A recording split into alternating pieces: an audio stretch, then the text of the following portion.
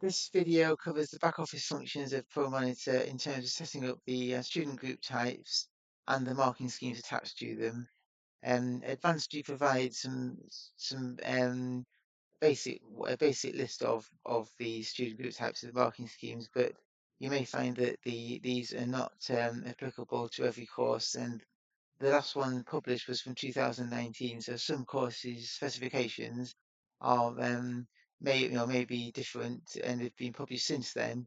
I know, for example, looking at the GCSE one, that is grades A to G when you download it from advanced, whereas the obviously it's the GCSEs are grades 1 to 9. So it's a helpful, but it may not give you everything you need. So you have to create then any missing student group types and missing marking schemes. And what these are used for is to for the mark books that the curriculum staff are setting up. It will put the rules in and help to automate the calculations they may be doing in spreadsheets.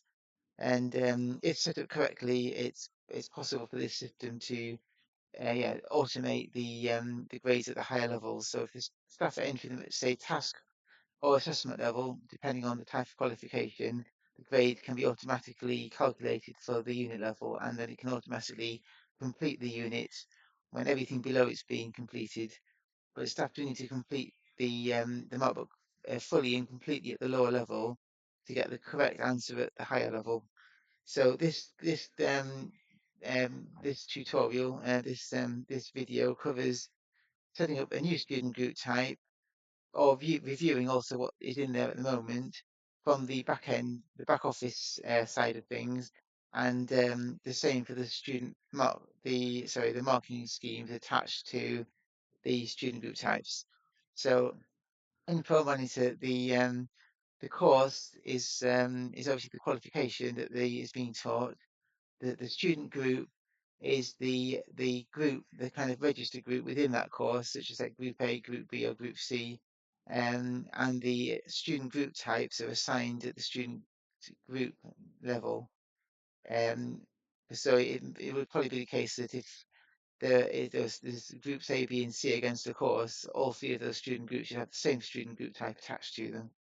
So if you go to student group, go to the admin utility, which you'll hopefully have access to. If you don't have access to this, please speak to MIS. And then go to the menu at the top, student group maintenance, student group type. And on that screen, you see all the types you have available. The ones that start off as CCC are the ones that come from the software company One Advanced and may be the most complete. And then any that don't start with CCC will be custom ones that have been created by the college. And if you create any more, then it's probably worth creating them without the CCC, so you know that they are ones that you've created. And if you import any CCC ones in future, or you refresh the advanced ones, if they publish a new list, you won't overwrite your ones. So if this screen shows you what's available, if you go into any kind of a course like an extended certificate or extended diploma here, click on that, you then see the detail behind this. And this is what's set. So there are tabs at the top. The name is obviously what it's called, and this is what the curriculum staff see when they're choosing which student group type to assign to the student group. Then the rules underneath on the first tab specify what should happen when the grades are entered, such as automatically assigning a P if all the P criteria is being completed at the lower level. But there's lots of these checkboxes that do different things, which are applicable to different types of courses depending on how it's graded and what should happen. And it might be it might be required that you work with the curriculum staff to understand exactly what it's supposed to do. Because you won't not going to understand every single qualification at college and how it should be graded. And each curriculum staff will obviously understand theirs, but they won't understand anybody else's. So really, it's a lot of sort of probably collaborative work needed. So on just check I've covered everything on that one. At the top, you've got the marking schemes, which we go into after this student group type. Um, because this is what you set is this is where you choose what grades are valid for this student group type, which is A, B, C, D, E, D star, D star, D star, D star, D star, D star, D, D, and that kind of thing. Um, so that's the first tab. And the second tab, so this is about the rules of automation. The second tab is which parts of the screen should be available, so which additional features such as showing calculations, which are not applicable to everything. And so you can see some things are shown at the moment on this one and some things are not shown.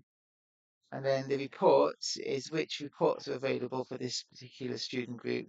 So if it's not an HE course, you may well not tick the HE ones, although this is a level 3 extended diploma and the assessment for HE one is ticked. So I think you may want to turn everything on potentially in these different screens if you're not sure, and the curriculum staff are possibly not sure, to see what they give you, to then turn off the ones that are not applicable after you've looked at what's there, to turn off the ones that you know you don't want. And then the user-defined field is what additional custom things do you need? For example, perhaps an effort grade, if that's because by default it's just the grade. But if you wanted to record something additional, you could then put in additional checkboxes, information, it's text values, and and then also you can show that one as well. But and then column visibility is about what's in the table already and which ones do you not want to show. So if you had never put in target grades for this particular course, then rather than showing an empty column on the table for every student, you may as well just hide that column if it's not going to be used. And actually, there already is an effort grade for unit, so that's already there. And then you can show out of certain so how many marks it's out of and what the weighting is and the IV date. But again, if it's not IV'd, like this one's not, it's not ticked because you don't need that. And on the student groups, this one shows you which student groups have this student group type assigned to them. So that's the student group types, and the marking schemes are here. So if we go to, so if you're wanting to look this one up or look this one up, let's look this one up. So if you copy that, do Control C on the keyboard to copy, because if you right click it, just has refresh. Control C is copy, Control V scissors, like sorry, paste, but like scissors. And so if we go to come off that, go to student group maintenance, but this time marking schemes, and then this time paste in that value I copied, which is pasted by Control V and enter. That comes up with the student group type, marking scheme. Open up the marking scheme, and you can see the values for each one and UCAS points as well.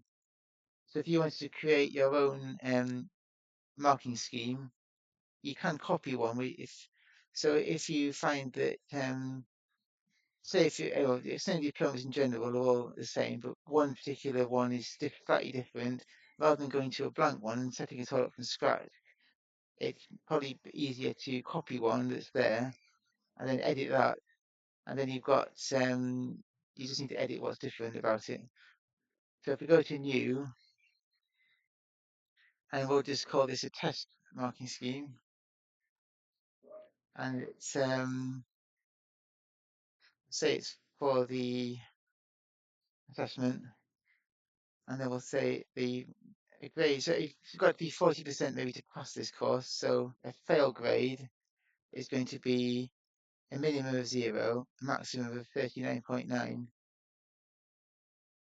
And it's important to put in, right,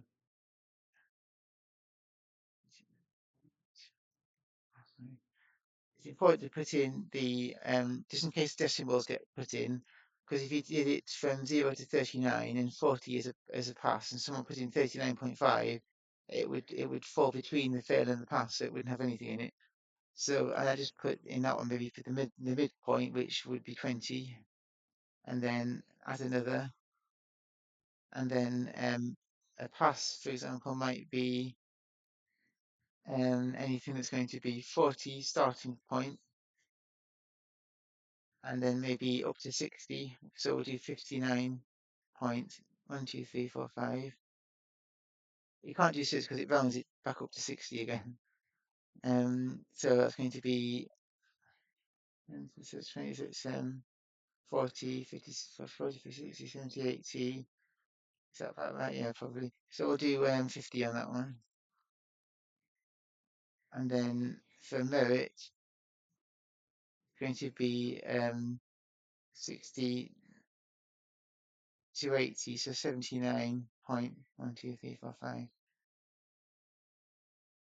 So that's going to be, so it should be 79, that's 79.9999.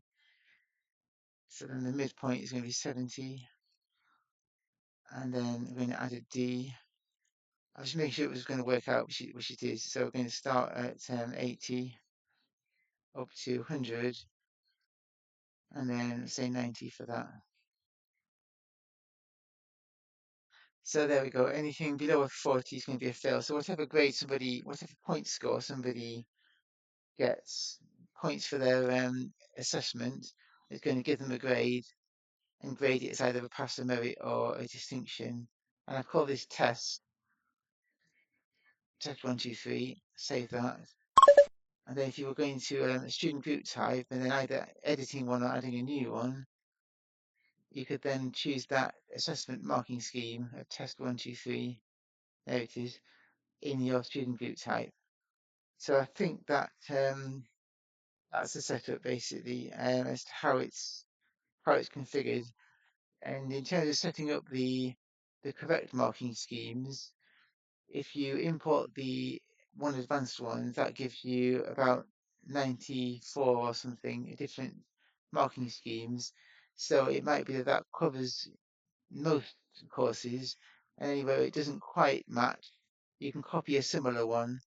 And then, because for example, having to, if for example it was a level 3 extended diploma at the overall level, then that's a lot of information to enter. For example, if that's just a slightly different point score, so you could copy this,